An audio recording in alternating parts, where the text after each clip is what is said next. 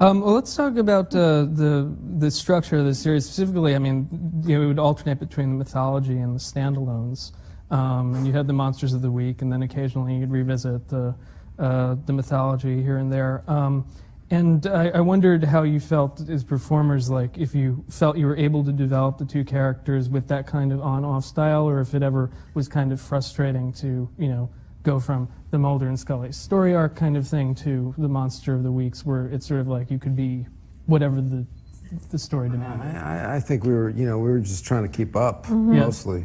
The scripts come fast, and there's a lot of chunky dialogue, and we were just working all the time, and so I mean sometimes I think we get more excited about a script than other times, but. I don't think I really had any. It was fun when they shook it up like that, Sometimes it was confusing because I remember in the first year there was that episode Fire, and all of a sudden Chris said, Mulder's got this deathly fear of fire, and I was like, what? I said, there's a scene in the pilot where Scully and I are looking at a motel on fire, and I'm completely fine. So some of that stuff might happen, But also, the mythology stuff I never followed. I mean, You never what? Followed. Oh, the mythology stuff? Yeah. I stopped, I stopped asking Well, they were questions making it up as after a they while. went along. Yeah. They didn't have. Why? What happened? Huh? Oh, hard to follow, yeah. Well, because they were, it was improvised, and it was, and Jillian getting pregnant and having to go away for an episode or two was really the motivator of the whole mythology thing. So it was never, I don't think Chris ever had an idea that was going to be part of the show, let alone the part of the show that most people like the most, so all this stuff happens. Life happens, whatever happens, and you improvise, with what you've got. So that's what they were doing. Right. And I'm sure once they realized that people were responding to the mythology stuff, they got into it themselves, But I don't think Chris ever had an end game with that. Yeah. Until maybe the very end. Yeah. And okay. I could be wrong. I don't know. Well, I think we should move on to the next clip, which is also a Jillian clip. I hope I'm in this one. Yeah, you are.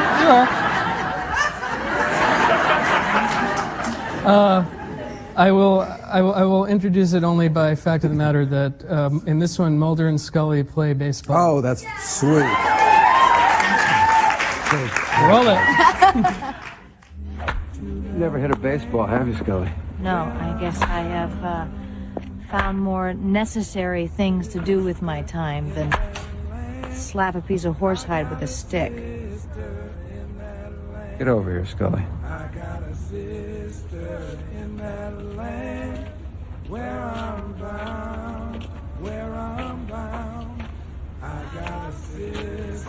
This is my birthday present, Mulder.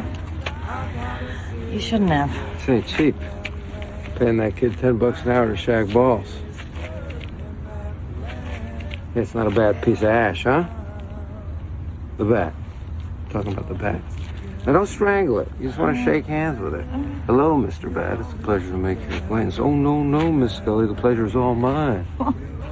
Okay, now we want to go hips before hands, okay? We want to stride forward and turn. That's what we're thinking about. So we go hips before hands, all right? Okay. One more time.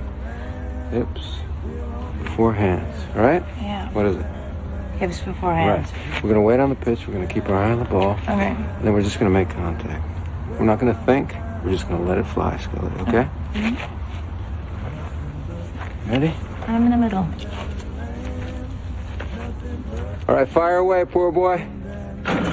Ooh, that's good. All right, what you may find is you're concentrating on hitting that little ball. The rest of the world just fades away, all your everyday nagging concerns. Taking your biological clock. How you probably couldn't afford that nice new suede coat on a G-woman's salary. How you threw away a promising career in medicine to hunt aliens with a crackpot to help your brilliant partner getting to the heart of a global conspiracy. your obscenely overdue XXX bill. Oh, I'm sorry, Scully. Look, last two problems are mine, not yours. Shut up, Mulder. I'm playing baseball. Oh! Come and go with me to that land. Come and go with me to that land. Come and go with me to that land where I'm bound.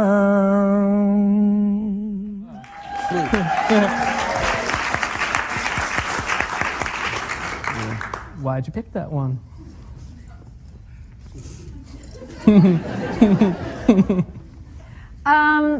Because I wanted to see it again. Good memories of filming it? Yeah, well, and also because David directed it, and I knew that he probably wouldn't pick one that he directed. And it's a really, Wrong. you know, it's just,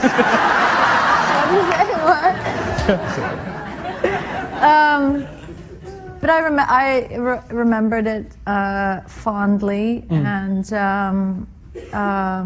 you know, it's quite intimate for where we would have been at that particular point in our relationship, and it's very romantic. Yeah. Oh, getting me for a clown.